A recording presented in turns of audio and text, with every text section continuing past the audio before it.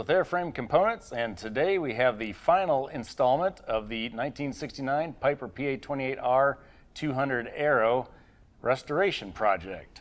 So I have today with me Sydney. She's going to be the pilot of this aircraft. And Sydney, as you recall, we started this project back in the summer of 2015. We bought this aircraft damaged out in Medford, New Jersey, took it apart, brought it back to Kendallville. And what started out as a 6 to 12 month restoration project, here we are 3 years later, finally finishing this thing up.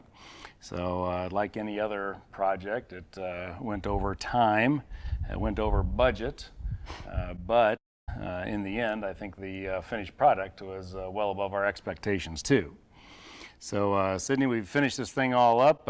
We've flown it a little bit. You've had a chance to fly it a little bit as well.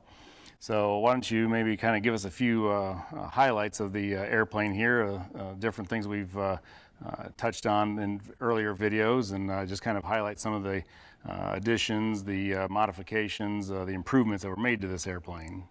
All right, so some of the things that we highlighted on previous videos were the Knots to U products that we used on this aircraft. They include the wing root fairings by Knots to U, and then the fuel tank screw head covers. And then also while we're right here, we can look at the windshield. We switched from a two-piece windshield to the one-piece windshield, and the side windows are all brand new. They're from LP Aeroplastics, and they're the solar gray color. On this aircraft, we put all brand new wings, brand new ailerons, brand new flaps, as well as replacing the whole tail section of the airplane. On the wings, we used the Knots to U upswept wingtips with the Wayland recognition lights, as well as the strobe and nav light combo. Note the detail in the wheel well and landing gear assembly, and this includes the Knots to U wheel well ramps and flap arm splitters. So we saw these particular colors on a Cirrus SR-22, so we took the airplane up to Danny King at Sturgis Aviation to complete the paint job. Aside from the base coat and the 3 trim colors, he also painted a color-matched wing walk. So the original bench seat in the back we removed and replaced with 2 individual bucket seats. The 4 bucket seats were styled after the late model Piper Archers.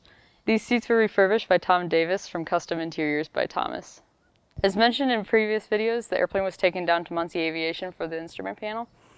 The whole panel was stripped and we replaced all of the instruments, as well as adding a Garmin 750, a JPI 930, and an S-Tech 55 autopilot.